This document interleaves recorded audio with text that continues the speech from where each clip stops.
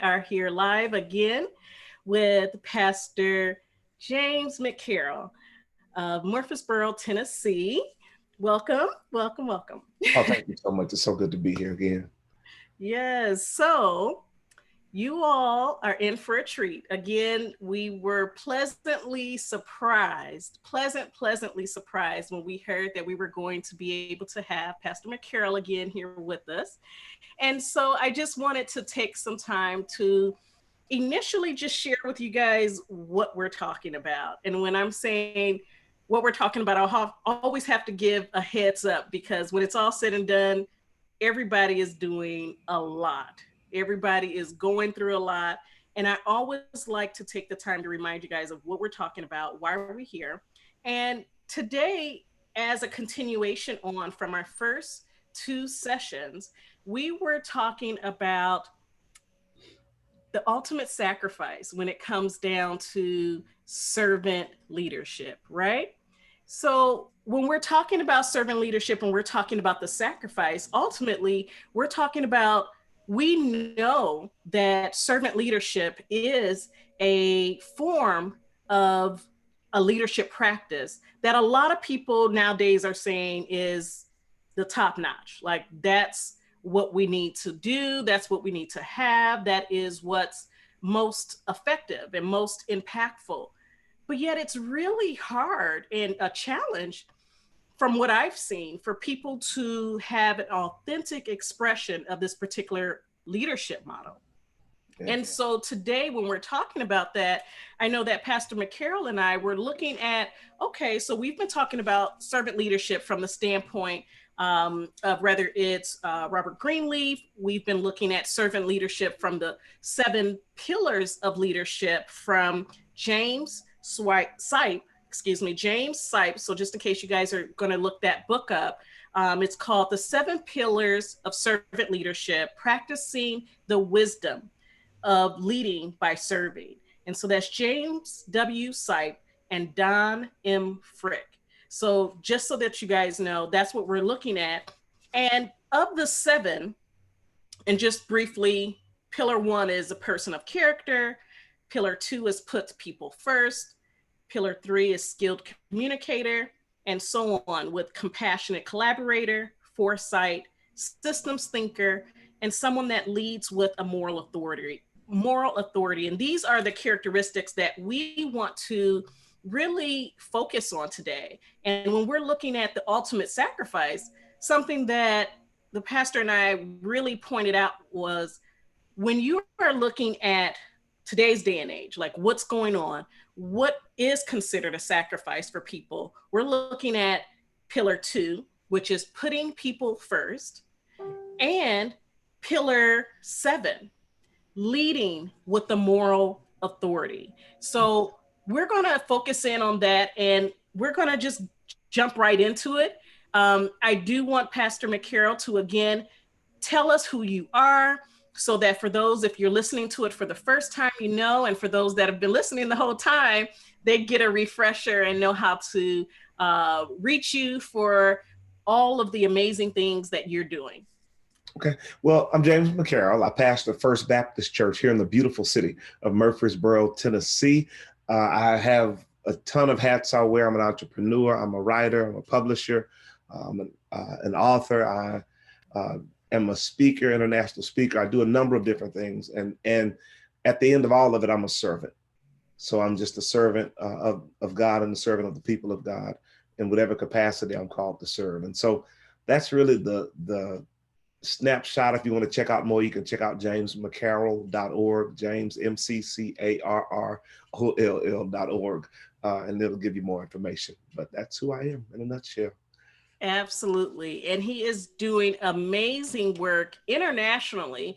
So we want you guys to just keep watching because you're going to see why we ended up saying, okay, can we please have you for the whole month? Because this is just amazing, like so on point.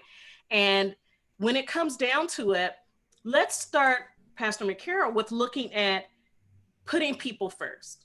Okay. When we're talking about putting people first and we're talking about the ultimate sacrifice, what are some things that come up for you? So before we jump into that, let's just define sacrifice to make sure we're all on the same page, because it can be a very relative term. So we'll borrow Merriam-Webster's definition. It's the destruction or surrender of something for the sake of something else. So either getting rid of something or giving up something for the sake of something else. And it goes on to give kind of a B clause or B version to that definition, which is something that's given or something that's lost. And so when we talk about the ultimate sacrifice and giving up something for something or someone else, you can't help but to have this conversation of putting people first.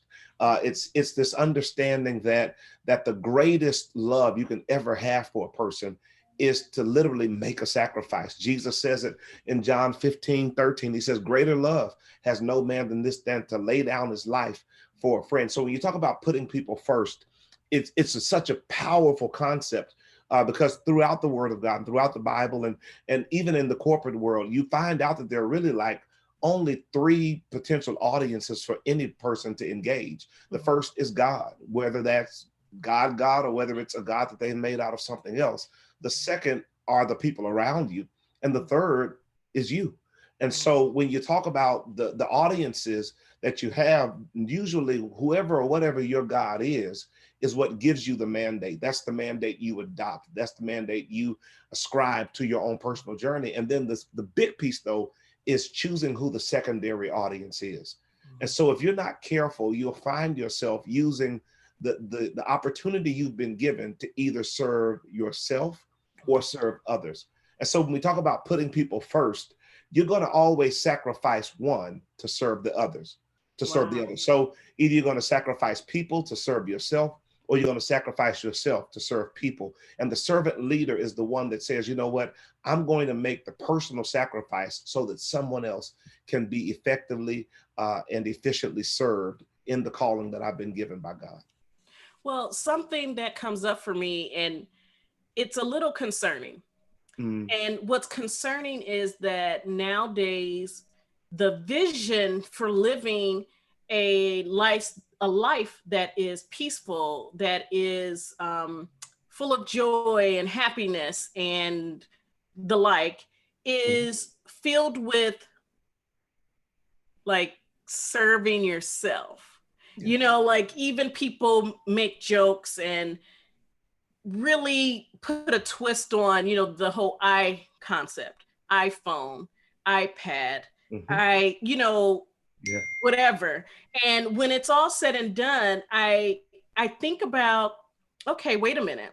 If everyone is saying, do you, you only live once, how is that really helping and feeding, giving life to the servant leadership model when there's that aspect of putting other people first, not yourself? Yeah. So the challenge is, as I told you, there are three audiences. There's going to be the primary audience, which is your God, then the secondary audience, which is either yourself or others. Usually that's the result of the primary audience being pleasure. So when you make up your mind to say, I want self-gratification to be my God, or self-pleasure to be my God. So I want to make sure that my physical, carnal, bodily feeling is good. And I want it to be really what directly benefits me. When it becomes something that's going to be personally pleasurable, and pleasure is the top item or the top priority, then that item becomes your God. And so either that, or even or the social model, the pop cultural model becomes your God, then normally what happens is the tools of service, time, talent, treasure, usually are then bent toward the command or the prompting of your God. So in the whole do me culture, it's all about me. I want me, mine. I only live once. All of that boils down to a God that says it's about you. And so when that's your God, then automatically the secondary audience becomes yourself. And That's so, yeah. interesting. So That's the God, interesting. go ahead. Wow. I can go on. I'm so amped up for the night. But the God that calls you usually comes with an audience in mind. Mm. And And so so, when Go ahead. I do want to cut you off for a second because we're about to get good into this. And I forgot to let everybody know that this episode is possibly going to go a little bit longer than an hour. We're going to try to keep it. We're going to try. But this is really touching on, and I'm sure it's going to make some people feel uncomfortable because, and I'm going to drop it back off to you, Pastor McCarroll, because a lot of people don't think that by attending to their own needs and putting themselves first, mm-hmm. that they're worshiping, that they're in a state of worship. Yes. Rather it's, oh, I'm not worshiping myself. I just know I need to take care of me. Yeah. And there's a difference between self-care mm-hmm. and, for lack of a better term, self-aim, if that makes sense. So with one is self-care is the practice of making sure your body, which is one of the tools, is in the best shape possible to carry out the greater mandate from God for others. Mm. Self-aim is when I only see my body as both the cause, the goal, and the tool. Both the cause and the goal. So my end game is me. My start game is me. And that's a totally different model. That's a more selfish agenda or self-centered agenda. And so they're two totally different things. So people say, well, like you said, I'm going to just look out for me. I'm going to look out for me. I'm going to got to make sure I'm good. If I'm not good, no one else will be good. And that's true in theory, right. But in practice, if no one else is ever in the picture, unless they're becoming an ornament on your life, then you really have a self-centered model, which is not a servant leadership concept. Right. It's a serve the leader concept. And that to me is so meaty in it of itself, because truly, when it's all said and done, our society has pushed us to that place of everything should be about you in order for you to live that life. And it's really easy, and whether I want to put it all out there or not, but it's really easy to get wrapped up in the stressors of life. And then the conversation changes from, and it's very subtle, but it goes from self-care to being selfish, you know, and a lot of people don't realize the difference or notice when the shift happens. And it's easy to get lost in that shift because you are saying, hey, even for those that are usually givers, usually healers, someone that is always usually, you know, putting someone else first. And then they say, well, I need to take care of myself. Okay. But then when a certain attitude takes a turn, it's not just I need to take care of myself. It becomes, oh, well, I did that before. You know, I attended to everyone else's needs before, and now it's just about me. I'm just going to have to put everybody on hold. What is it about that shift? So the commandment of God comes to us. I'm going to use this language. I have to unpack it, but it comes to us a word at a time.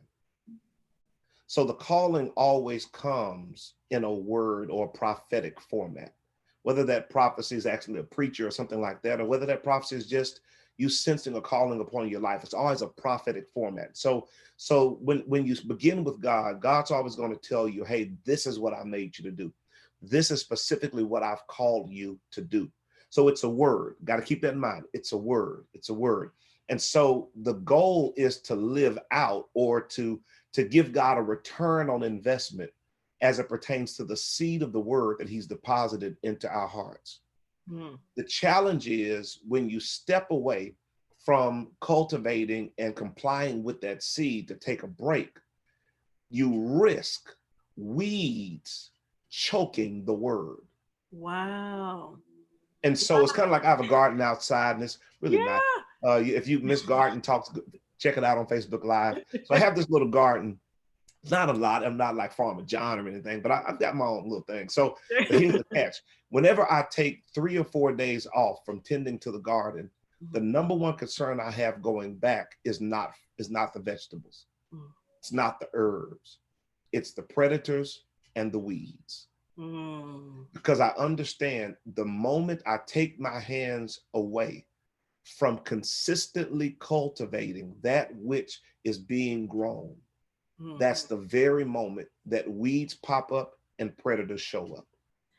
And I And, love and that you give that example. And I'm sorry to cut you off, but I really want people to get what it is that I'm receiving from what you're saying. And what I'm getting from you is when you are going out to tend to your garden, it's not because of, oh, I want to make sure the seed that I planted, it brings forth fruit. That's what you believe is the automatic. yes, What you're going out to do is make sure that you're standing guard hmm hmm of anything that could possibly prevent what you know to be the automatic result. yes. And so here's the analogy. Okay. You are the garden.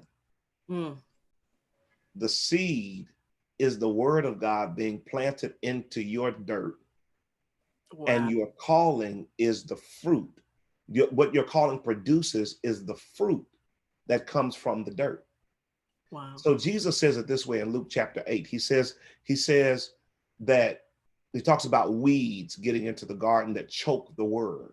Yeah. He says the weeds are, the cares of life, the riches of this life, the things that would draw our attention away.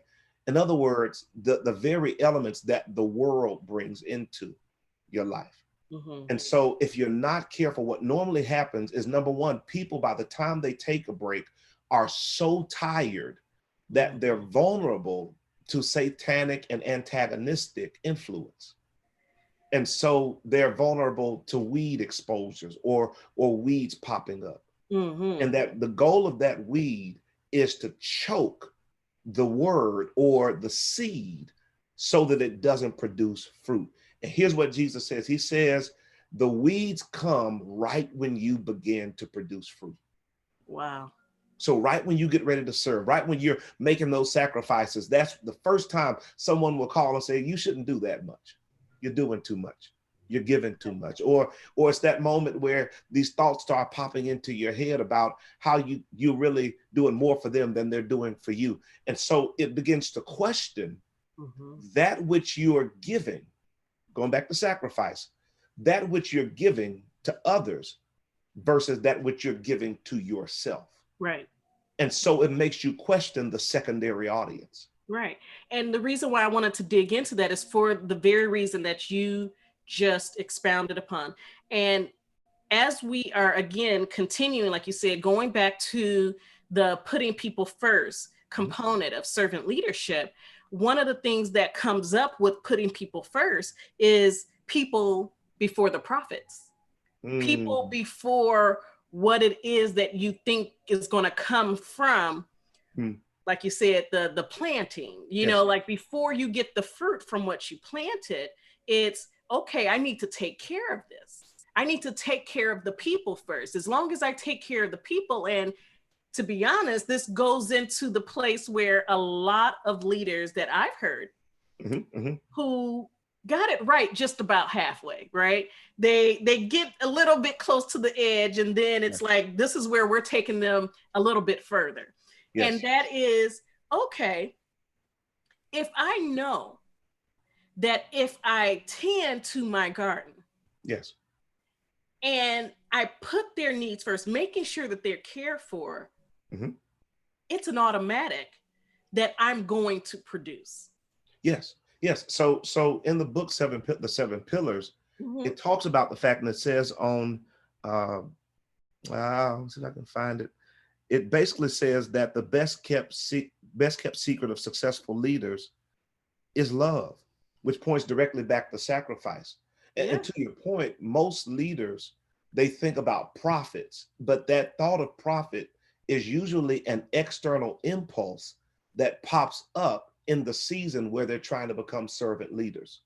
Right. So these dollar amounts or bottom lines or returns, stock, returns for investors, all of these things are the concepts that sneak in Right. a season where they're trying to really become servant leaders. And here's the crazy part: the most successful companies are the companies that are ran by servant leaders. So literally, if you take care of the people around you according to the calling that's on you, the high profits come as a natural byproduct.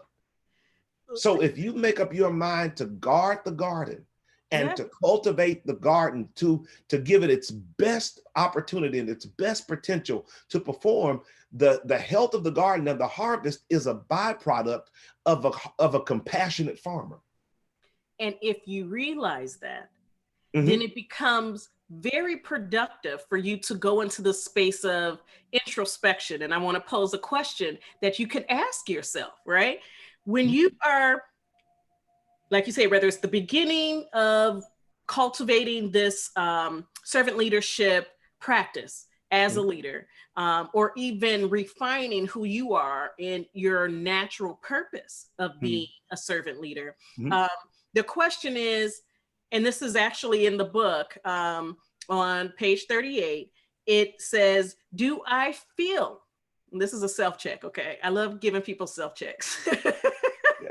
So, Do I feel the natural desire to serve in mm-hmm. my body as well as in my mind? And That's where heavy. is it That's located? heavy. Can I access it in times of stress Mm. when I need to touch this part of my deepest self? And that is what I always incorporate into servant leadership trainings. It's not just know the 7 pillars. It's not just knowing all of these things that we're talking about. It's Mhm. like, okay, now that you know, we know that there is a GI Joe fallacy, basically saying you really don't know better and Yes. do better. You Yeah. know, that's not the relationship there. You can Yeah. know better and still not do better, right? Yeah. So Yeah. it's like, how do we get you to do better?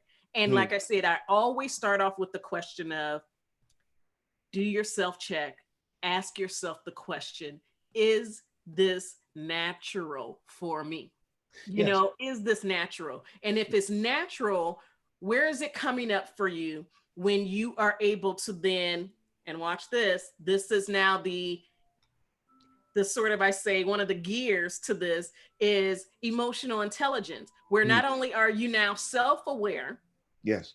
you are now managing yourself. And that was Mhm. what that Mhm. was asking. Are you able to be attentive to yourself and know at a point of an awareness that you can actually do something about it and manage it when you're Yes. stressed? Because just like you said, this comes up a lot of times when people are just now climbing the ladder and Mhm. they're Mhm. getting more and more responsibility, and that growth for some translate into this high Yes. of, let me go get it.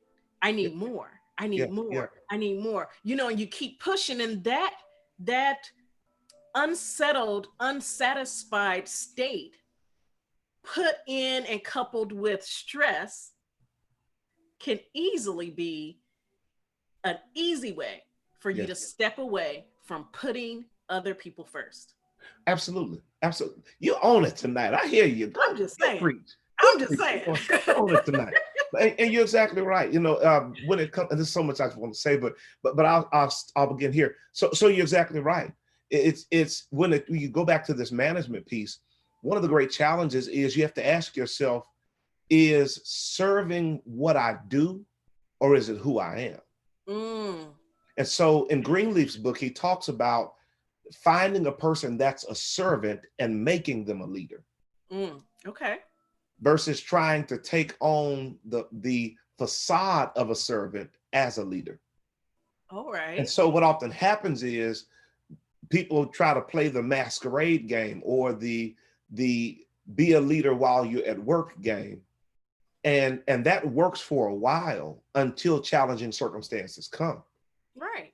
And Because so when we get into our challenging yeah, space, whether it's mentally, physically, emotionally, that's when we revert back to our baseline. yes. So if that's the case, then it's Mm-hmm. usually an indication that serving is what you've chosen to do, but it may not be who you are. Mm. And that's a hard conversation to have. I don't know y'all like, don't let them come. I'm like, you're putting I'll some be right there. people But on blast that, right now. that's the real challenge is that when I have that hard day and the opportunity to serve comes up, if I can say no, there's an indication that now I have a switch somewhere Yeah, that's controlling my servanthood. right, And so if there's a switch for service, then it's usually connected to a switch for sacrifice. right. Because then ultimately, where do we go? Yes, To the because choice. here's the big piece. Whoever your God is, you will have no switch connected to them. Because whoever you worship has such a high worthship that you will surrender anything at any moment or any time to make sure their agenda goes forth. So what? Okay.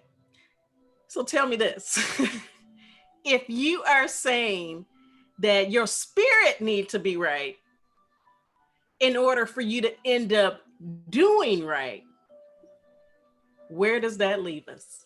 So here's the thing. Either way it goes, you're going to serve something or Yeah. someone. So you're going to be a servant leader. The question is, who is driving the servanthood? So you get Now, a person that's money driven, for instance, and their goal is to make $1 million in a year. They will serve in any capacity. Money will tell them stay up all night long, work until you're absolutely at the point of just collapsing. It will right? tell you put your family aside, put your friends aside, reset all of your priorities, and you're going to lead serving money. Mm-hmm. But usually that type of leader makes you the audience. Wow. But when you serve God and you're following an eternal calling, remember, number one, God will never give you a calling that's about you. He will always call you or invite you into a calling that's between him and someone else. Right. And so Right. when you understand that, then you realize that you have to the cultivation in that process of serving is first you're serving God, which is not you, and you're serving others, which don't have to do with you, which is not a direct service of yourself.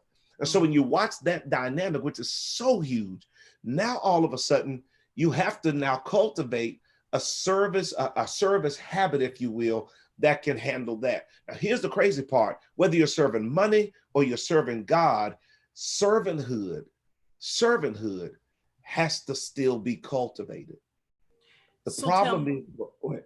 I was just going to say, so for our listeners, how do you know the difference? And I'm asking that because I know for me, because I serve my God, you Mhm, know, I feel convicted, mhm. in my spirit when it's I'm going in the wrong direction or he gets real quiet if I'm working in my own space as opposed to through him and him letting me lead, Yes, right?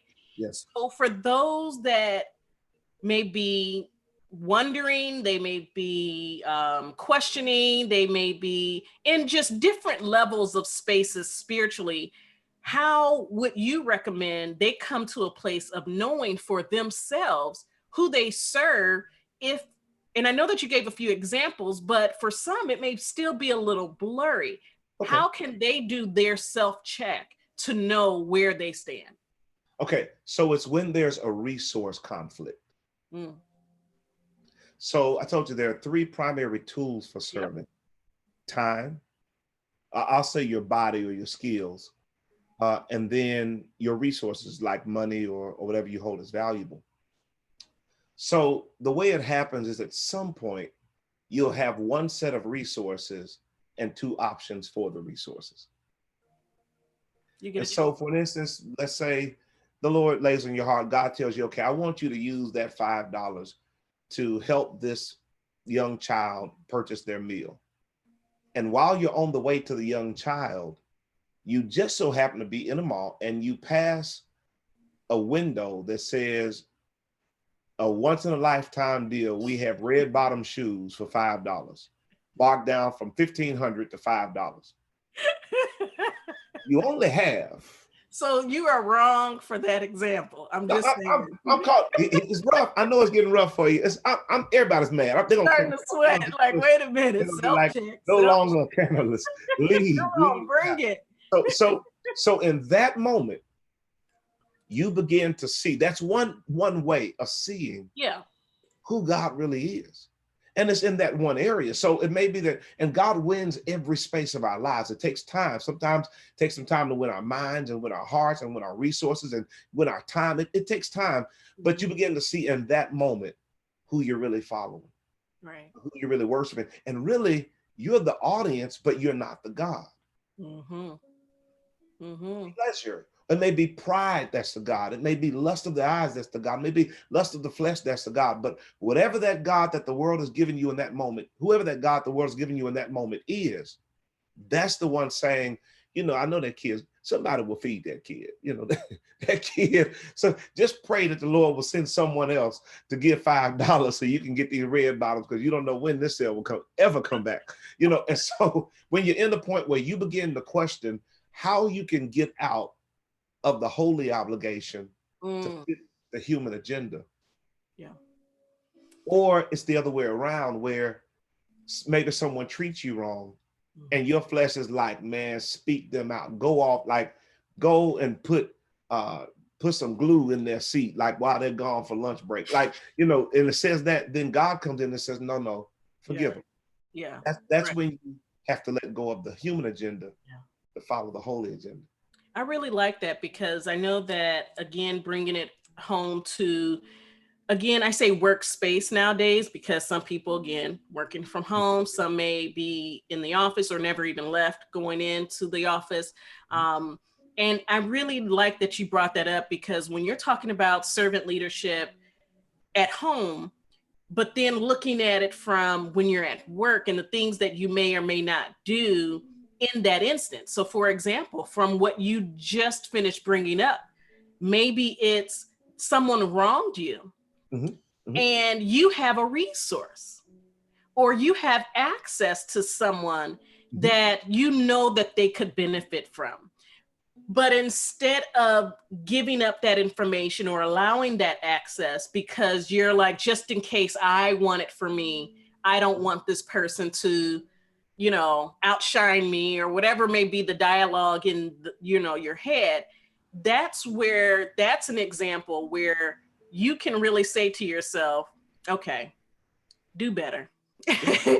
Yeah. and say, I am to serve Mm-hmm. everyone else before my personal need, because what's for me, it doesn't matter what access they have, what resources they have or not. It does not matter, because what's for you, whether it's for your role in a particular job, say that you are a leader that isn't in a leadership role, whatever it is for you, it's for you. Yeah. So there's those automatic tests that are built into those situations, wouldn't you say? Absolutely. And so it's the scripture where Jesus says, he gives this parable, if you will, this lesson on the steward. And these three guys get three different gifts, and they have to show the person that gave them to them how they use the gift according to his agenda or his plan. And he uses this phrase, good and faithful servant. And here's the thing, the servanthood of God will always be led by God for the sake of others. The servanthood of the world will be led by we'll say carnality for the sake of self. Right. And so God will put us in these spaces, and he will elevate us, or for lack of a better term, sometimes plateau or even demote us based upon how we manage the moment we're given. Yeah. And how we manage it as how we see it or view it as a tool where we can use it to serve God and ultimately serve others. Right. And so to your point, in the workplace, is so in most cases, most people work not out of their calling, but they work so they can have money for resources for lifestyle, for living. Yeah. And so the people that work out of their calling approach the workspace totally different than the people that are working out of a sense of necessity for money. Right. Because their goal, when it's your calling, your goal is always outwardly focused. Right. And you'll take certain hits and you'll allow certain things to take place because even if it means sacrificing on your part, because you see the bigger picture. Right. But when you're doing it for your gain, then usually the sacrifice happens, but it happens with everyone else, Yeah. not you. And And like, that, back to this piece on sacrifice, I think it's mhm, key that at some point we have to be able to make that decision to put ourselves back a little bit mhm, so that the agenda of God for the lives of others as worked out through us can right. come to pass. Absolutely. And I even began to, as you said that, begin to empathize automatically with those of those leaders that are out there, that they're putting their best foot forward and don't, they may have never heard what we're talking about today. Yeah. And they may have gotten to a place where they otherwise would have been able to rise to the point of, say for instance, the people that are, again, are in that group of those that aren't in a leadership position Yes. and are waiting on being elevated, right? Which may have been the reason why they're stressed and trying to say, well, let me take care of me so that, I deserve this raise, I deserve this promotion. And it sets a state of urgency in them, and being anxious, Mhm. where God does say, be anxious for nothing, right? Yeah. Yeah. And then the other group that may have risen to the point of, okay, they have the position, they have the role, Mhm. but yet they haven't figured out that piece of managing the stress, the tension, whatever it is that ticks them off, with maintaining focus, Mm. maintaining the focus on other people. And what made me think of that and go to a place of empathy was just, wow, there are people that don't even know that they're getting in their own way, Mm. Mm. Mm. but Mm. they haven't really been able to separate the difference between self-care, self promotion, Mhm. Mhm. and there is no end to the self-sacrifice Yes. that Jesus has told us, has shown us, Yes. is necessary to be of ultimate impact and to be of ultimate sacrifice. Meaning, there is nowhere where I've seen in his ministry where Jesus has actually said, okay, I get it, that's enough. Yeah. So there are a couple of things. So to that point, it's understanding that the first responsibility for the leader that's a servant leader is to move forward the God agenda to the extent that they implant God legacy into the people around them. Mm, So they're going, and that's weird language. I'm sure it sounds kind of weird, but here's the thing. Their goal is to make sure that the people that God is trying to get them to use them to serve have a greater and deeper appreciation for, mhm. development in and with, and usage of God, or Mhm. usage by God. So Yeah, yeah. ultimately, their goal is to make people know God better, Right, and right. to become greater in their callings, greater in their purpose. And so Mhm. I think it said, um, when in the book Seven Pillars, page 36, where it says that the authors believe, or these guys, John Barbudo and Daniel Willer at University of Nebraska, believe a calling to serve is a desire to make a difference for other people, to Mhm. impact others' lives, and willingness to sacrifice self-interest for the sake of others. Yeah. So the core of this sacrifice is making sure that someone is better because you've been in their path, because Right, you've been in their space. And they're right. not better on your terms. They've become more of what God saw and has ordained them to become because you were willing to make whatever sacrifice was needed to pour Mhm. into them exactly what you were ordained and called by God to Yeah, deposit into their lives. yeah. And so I think that's a huge piece of it.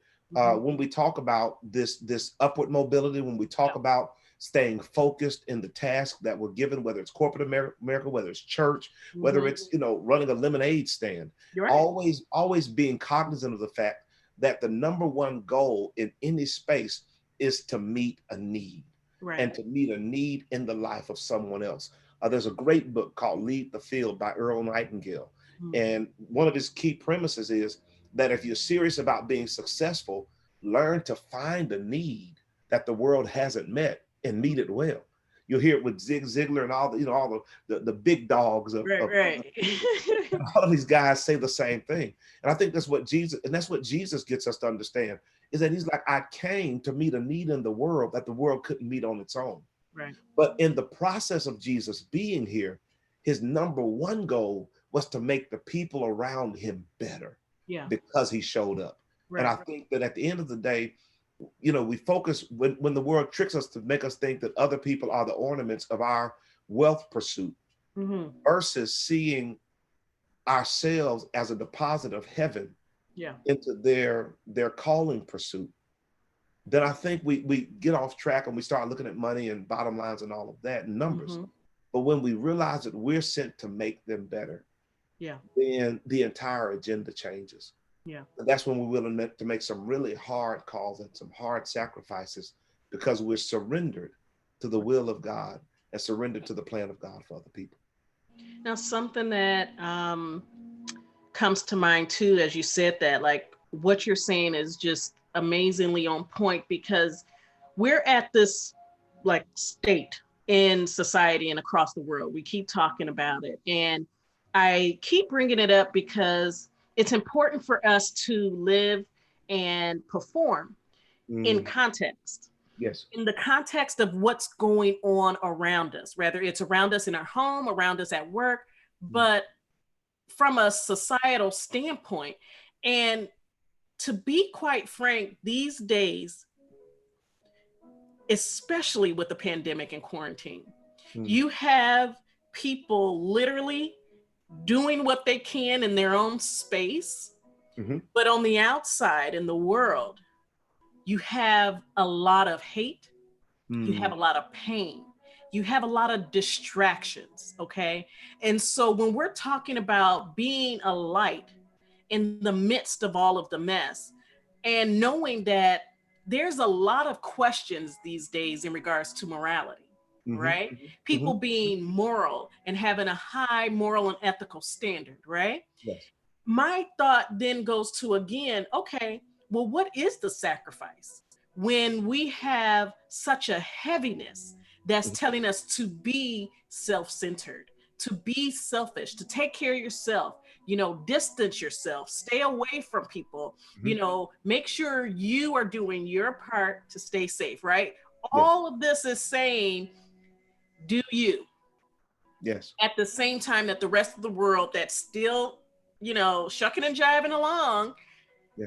there's this, again, the heaviness of um, things just being more immoral, like more, I guess the veil is off, is what I should Yeah. say. Yeah. The veil has been lifted, right? Yeah.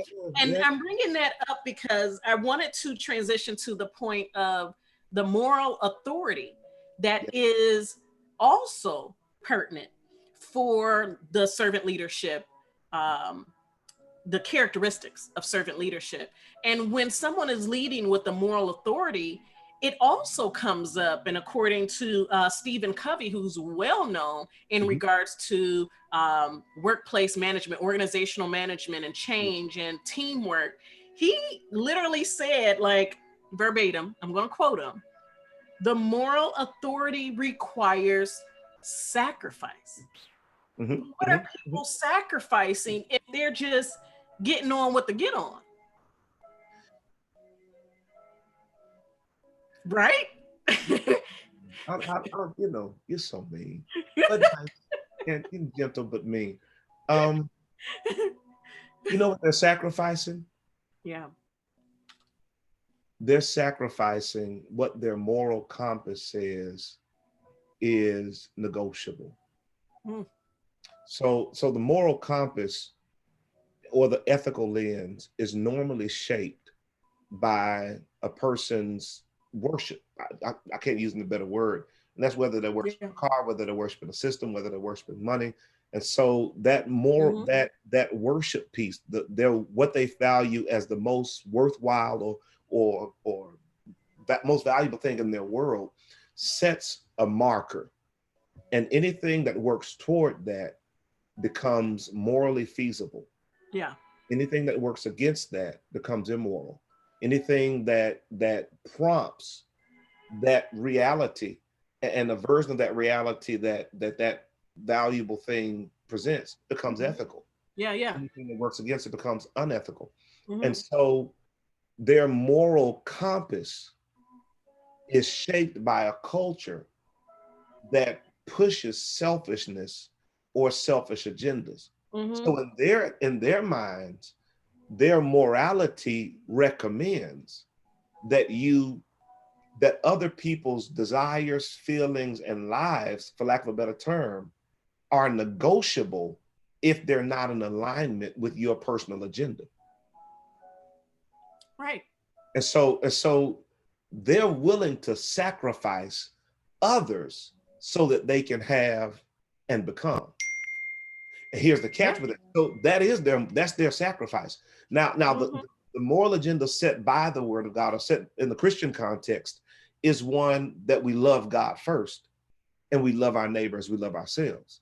So Mm-hmm. our moral agenda then says, okay, anything that I do that points to me loving God and loving others is a moral reality or it's moral. Anything Mm-hmm. that points in the opposite direction is immoral. Anything that any principle that prompts me to do that or to become loving is an ethical principle, Mm-hmm. vice versa with unethical. And so for us to shut the world out and to shut others out now becomes an indictment against our moral authority.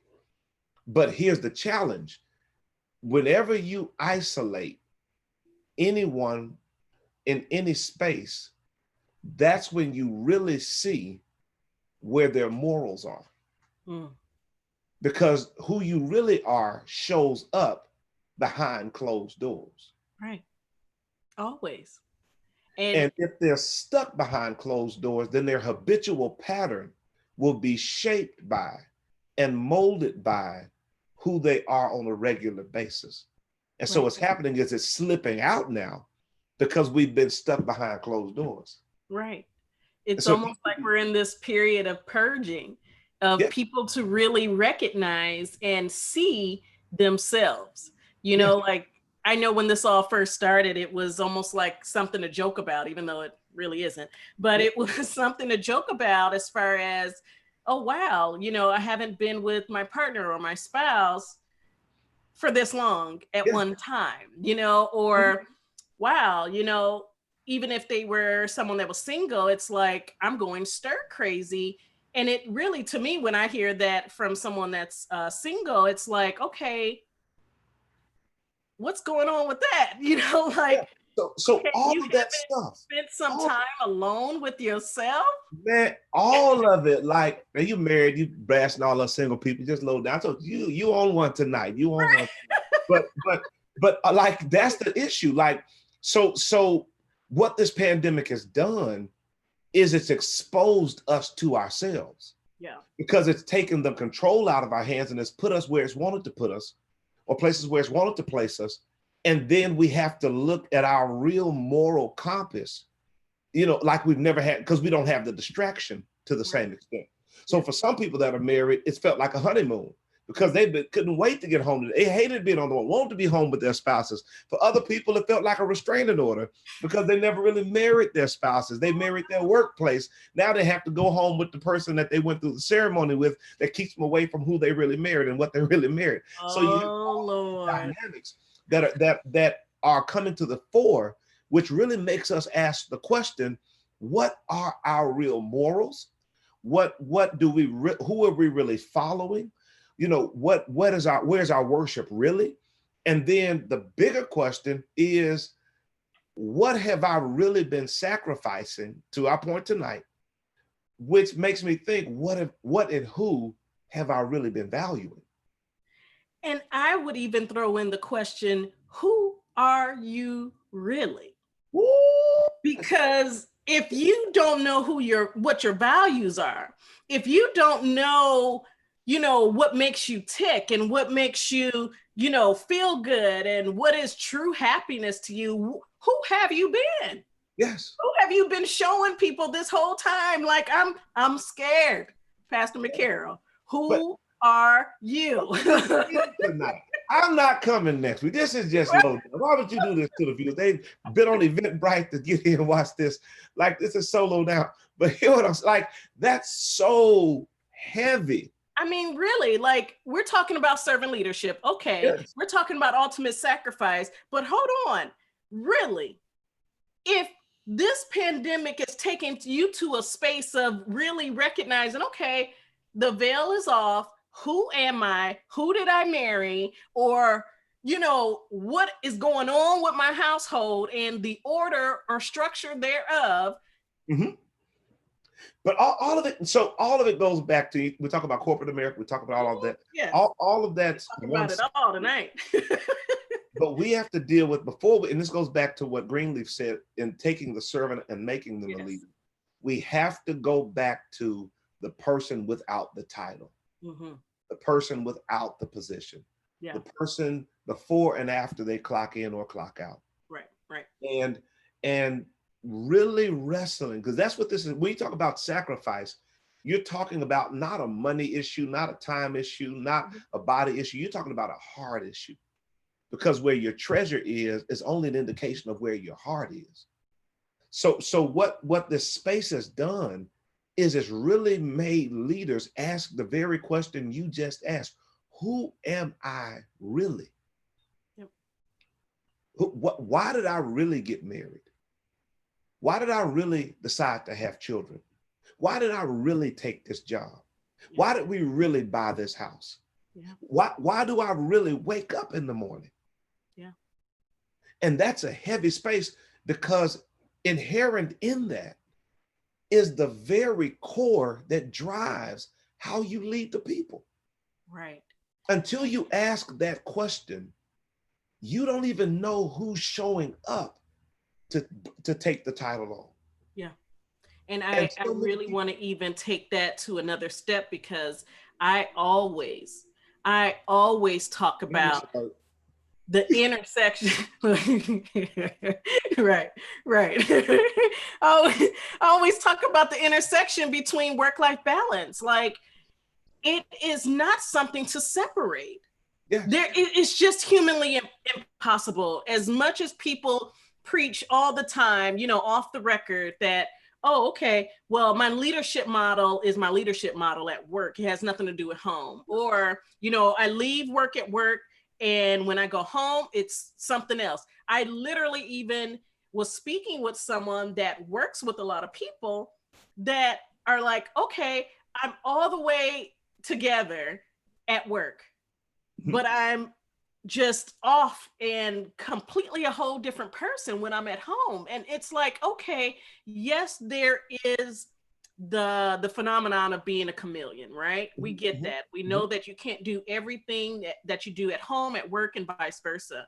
But when we are talking about servant leadership and the ultimate sacrifice, I think for some people, the ultimate sacrifice is getting alone with themselves. Yeah, so it goes back to this statement again.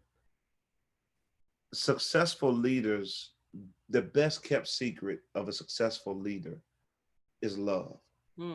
Okay. And you have to have some measure of not only love for God and love for others, but also love for yourself. And if we had like another hour, I would dig that. I would talk about Joshua Liebman in his book, Peace of Mind. Yeah. How he talks about we're pluralistic individuals, and we have to be able to love every part of ourselves. Right. Sometimes we escape to work, and we put our energy into worshiping work because we feel like we're failing at worshiping God. Yeah. Or sometimes we become overly religious and we act like we're great at worshiping God because we failed at handling family, worshiping God with family. So you have all of these dynamics, but at the end of it and at the core of it is this conversation about, who do I believe God made me to be? And am I okay with who I've become so far, Right. Right. with my mess ups, with my shortfalls. And if I'm not okay with that, Mm-hmm. then I'll always put a costume on it that fits the context. Yeah. And what this period has done is taken off the need for costumes. So I don't have to go into the office, and I don't have a costume for that anymore. The costume stays up. When I'm at home, I don't have the the at home mother costume on because now I'm here not in convenient times or in off times. I'm here all of the time. Yeah. And at some point, you have to ask yourself, when there's not a costume party to attend, what suit do I wear? Who am I? Right. And like you said, this is such a pivotal thing, because until you know who you are Right. and you know how you're called to worship God, Mm-hmm. you will never understand the real sacrifice being asked of you. Right. And you'll find yourself doing because you don't know who you're called to be. And And it's that in that. And is so deep. yeah, and it's not until our being shifts that Mm-hmm. we become effective as servant leaders. Because once you become a servant, you're a servant. It's interesting when we talk about this, that Jesus came, and we talked about this before, in the form of a servant, Yeah. that he literally took on the essence and the likeness, if you will, Mm-hmm. of a servant. And we're called to be conformed to the image of Jesus. Yeah. And so we're called to shed all of the selfish impulses and become these servants. Yeah. And that's whether we're in corporate America, whether we're a stay-at-home mom, whether we're teaching in the classroom, or whether we're just going to school. Right. We're called to be servants.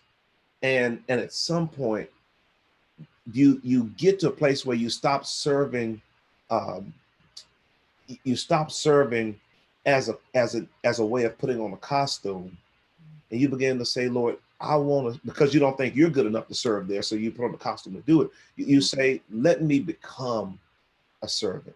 Yeah. And if I were God, which I'm not, if I were God, I'd probably make every day 75 degrees.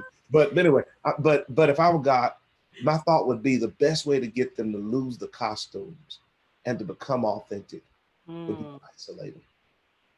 Wow. Cancel all the costume parties and let That's them smart. sit with themselves for a while and That wrestle with who they have become and what they desire to become and who I'm calling them to become, right. until we really can come to a place where we understand the sacrifices we're supposed to be making because of who we've been called to be as servants. Yeah. And for lack of a better term, we get our priorities straight. We recalibrate our hearts and our minds to be these elements and these vehicles of service in the world. Yeah. And I really, really like that's just a sobering thought because even when people begin to have this outcry about having this time alone, which is interesting in and of itself, whole nother discussion about that, right? But it's like when you listen to what you just said, and when people listen to this playback, I hope that they really rewind that and really pay attention to what you just said and realize the opportunity that you have. We're talking about servant leadership, we're talking about the sacrifice, and we're talking about it because when we are done with this podcast for this month or we move on to another topic, what we want you to be left with is this whole mound of gold that we're sharing, that we're getting from Pastor McCarroll, where it ultimately is another opportunity to say, look, if I am on this pursuit of peace as well with Mhm. Dr. Teran and anybody else in the world that's out there pursuing peace, Mhm. we have to understand that a lot of times, and I'm speaking to those that know about process improvement. Okay. Mhm. You have to establish a baseline. Yes. before you can understand where to go from there. So, yes, we're talking about all the things that could make you more productive at work, make you more productive at home, to get results, to make sure that you're minding the relationships that you have and how you delegate and empower people and Yes. grow people through that servant leadership style. But you have to start with a solid foundation, Yeah. because when you started talking about Jesus and how he was a servant, let's talk just for a second. When we're talking about leading with the moral authority, what was Jesus doing for the first 30 something years that he was preparing Yeah. for So his so growth? so you see, so the first thing you always want to remember is that Jesus had like one agenda. Right. So don't imagine, think about this. God was there from the beginning. So Mhm. God sees, is in eternity. So he sees time like me holding a pea or a flax seed. He's Mhm. like, okay, this is time. He's all outside of time, totally outside of time. And he says, Right, okay, right. I'm going to go into time and I'm going to become a human. Mm. And I'm going to do it for one purpose. I'm going to do it for the purpose of getting them back into relationship with me. So Mhm. I'm going to send myself Mhm. into time for them to be good with me. So he comes in serving him. God serves himself so Mhm. that he can save us. So when you think about that, his arrival came in relatively poor conditions. He spends his early years being raised by a carpenter. So if you think about a carpenter's work, very rarely does a carpenter do their work for themselves. In the Jewish community, most people that are working thinking about the needs of other families in mind, Mhm. having the needs of other families in mind. Mhm. So this he spent his entire childhood getting splinters for other people, bumping his knees against the hardened edges of a wooden desk for other people, Mhm. lifting weight that was probably, of significant amounts for other people. Mhm. So his entire life was expended in the early days Mhm. for someone else, Yeah. building something that will bless someone else. Yeah. Then from 12 years old to 30 years old, we don't hear anything. So there are a lot of speculations as to what he did. But what we do know is this: when he showed up at 30 years old, Right. he was like, I've got one agenda. Mhm. And that agenda is to seek and save that which is lost. In other words, I've been sent for one purpose, Mhm. and that is to make sure other people experience the plan of God for their lives. Right. And all he does is serve. Right. All he And does is serve. his only point of reference is Yes, God. yes. So when you're talking about leading with the moral authority, he gave us the example there too. So like, here's the part. Can I go like super deep? Like, Please. oh gosh, this is so good. Jesus, the Bible says in John 13, I believe it is, the Bible says he knew he came from God and was going back to God. Mhm. So the person that understands their eternal assignment or their holy assignment or their God-given assignment or purpose understands that I've been sent by God and Mhm. I'll return to God. So they don't get caught up in what they get in the dash. Yes. People that are uncertain about either the existence of God Mhm. or their destination highlight the dash in ways that other people don't. Mhm. And so everything in the dash, everything between the time I show up and the time I leave is lent to service for God. Yeah. So the sacrifice now, and we mentioned this at the outset, which sacrifice defined is the destruction or surrender of something for the sake of something else. Mhm. I understand my only job in earth, and I said this in the first session, Yeah. is to make sure God's purpose is done through me. So God only gives me what I need to have to give a world the purpose he's placed on my life. Mhm. And so when we see people getting elevated, usually it's an indication that they've properly stewarded what they were given for the world they were placed into. Yeah. Yeah. So to back up a little bit, and this is the heavy piece, when you understand where you're from and where you're going, then sacrifice is no longer a concept of loss. No. It's a concept of investment. Because here's the catch. Your only responsibility is to make sure the seed is effectively sown, even if you never stay around to see the harvest. Wow. Now, I know for a fact that what I'm just saying this for those that are watching, listening. I know that we're over time, and I already warned you guys already that we were going to go a little bit over, because I want to just say something that is to your point that is in this book that we're referencing. Okay. To what you just said, Robert Greenleaf, and this is page 166, where we're talking about moral authority. It says Robert Greenleaf preferred a similar approach during his years as an AT&T executive. In fact, and this is the kicker, Greenleaf considered himself most successful when no one realized he was the originator of any idea.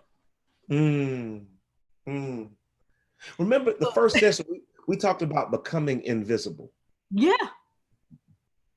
And it brings us back to the space of putting people first, and to the space of a moral authority. Because if you know that the moral authority that feeds your ability to properly put people first, yes, you are going to God as a source of decision making, and your ideas within your own mind that God is gifting to you is the seed. And all you need to do is plant it and tend to the garden. It's about to get, I hope you have, it's about to get heavy. You ready for this? You ready for this? I want to drop something that's so heavy. And I'm hoping we have time. We're already over time. I'm sorry. Over time. It's okay. I'm going to make all of this time over worthwhile in one statement. Yes. No one ever talks extensively about the dirt in the garden. They talk about the person that sowed, the gardener, and they talk about the crop. The mistake we make and the issue we have with sacrifice is we want people to talk about the dirt. So I buy those red bottom shoes because I want someone to see the dirt. I get this position and I want to drive the $200,000 Tesla because I want someone to see the dirt. I want someone to see me, to know that I did that. Yeah. And the goal in all of this, the goal in our very existence, is that the agenda of God goes forward. Yeah. And that the people that were waiting on God remember or recognize that he found them. Yeah. I want to say this because we definitely have a couple more sessions to go, right? Yeah. This, again, people don't want to miss, because I'm going to tell y'all what we're going to talk about, but I want to end this one before I tell you what we're going to talk about the next 2 Fridays, because it's a part 1 and a part 2. Okay. I want to say this, and this is, again, encapsulating everything that we've been talking about, because I feel like there's a necessity to do a call to action. Because of how deep we went and how far reaching this truly is. And it's towards the end when we're talking about what can you do now? Yes. And there's a quote by Marcel Proust, and it says, the real voyage of discovery consists not in seeking new landscapes. I wonder if you heard this. Because it's in having new eyes that you are truly discovering. Wow. So I'm going to repeat that. The real voyage of discovery consists not in seeking new landscapes, Mm. but in having new eyes. Mm. Mm. Okay. And that is a call to action for, again, I'm always asking people, have you done a self-check? You want to embark on something new. Maybe you want to enhance this leadership style for yourself. Maybe you want to adopt this leadership style and toss whatever you've been doing. It's start with yourself. That's something that Robert Greenleaf mentions quite a lot, that this starts with yourself. You have to do a self-check, because when you're doing a self-check, you're realizing that you are mind, body, and spirit. You're Yeah. not just your thoughts, you're not just your mind, but your core, your soul is a place where it's all of the unseen. It's all of what feeds you and drives you, and you have to pay attention to it. So when we're talking about going into next week, part 1 and part 2 of making it happen. Like I said, we're about to get you guys to do some work. So this is going to be part 1 and part 2. That's going to be the next 2 Fridays. And yes, Pastor James McCarroll will be here, because we just so happen to we've been blessed with an extra Friday in the month. So we were able to put together part 1 and part 2 of making it happen. And it's still in regards to servant leadership. And I just want to read off, because I just can't wait to reveal this. So it says, now that you have heard of a few ways of how servant leadership parallels the ministry of Jesus. So now we're at the point where Pastor McCarroll and I are going to come up with 10 steps. We're going to come up with 10 steps that you all need to have to own it and make it happen. Okay. So that's what we're going to start delving into. So, Pastor McCarroll, I know you're ready. I don't even have to ask. I don't even have to ask. So I just want you guys to be ready. You guys come to the same place. And Pastor McCarroll, tell them how they can reach you if they want to delve further into it with you. Tell them how they can reach you. So you can catch me on Facebook, jamesmccarroll.org. You can instant message me there or DM me there. Instagram, Pastor JMC. I'm there. You can follow me there. Or if you want to just go directly to jamesmccarroll.org, you can leave a note there and get it forwarded to my assistant. They'll make sure I get it. If you want to send an email, I would recommend you send it to Holy Impact Movement, all spelled out. I know it's long. Holy Impact Movement at gmail.com. That will help you tremendously, and I'll get that, and I'll be more than willing to respond. So yeah, that's how you catch me. Or you can send a crow, put a message in a crow's feet, send it to Murfreesboro, tell them go find McCarroll, and I'll do my best to catch it. Always works. That's how I get through. Y'all know this is how this was set up, right? We had to do the crow's foot. Anyway. No, but I, again, thank you so much for being such a blessing and blessing our audience through the Pop Podcast, which, again, as everyone may know and just being reminded of, it is about our pursuit of peace. Okay. And if you all have any questions, want to get in touch with me, maybe you didn't see whatever site and you're used to hearing me say my website, either way, you can get in touch with me at www.officialspconsultinggroup.com. And yes, that's long as well. So it's www.officialspconsultinggroup.com. And when it's all said and done, over the weekend, I will have the podcast on every platform that a podcast can be on, and you're more than welcome to hit me up through those platforms as well. Okay, so we thank you all again, and until next time, you all take care, and thank you again, Pastor McCarroll. We will be keeping in touch for sure. Okay, looking forward to next week. We'll see you guys here. All right.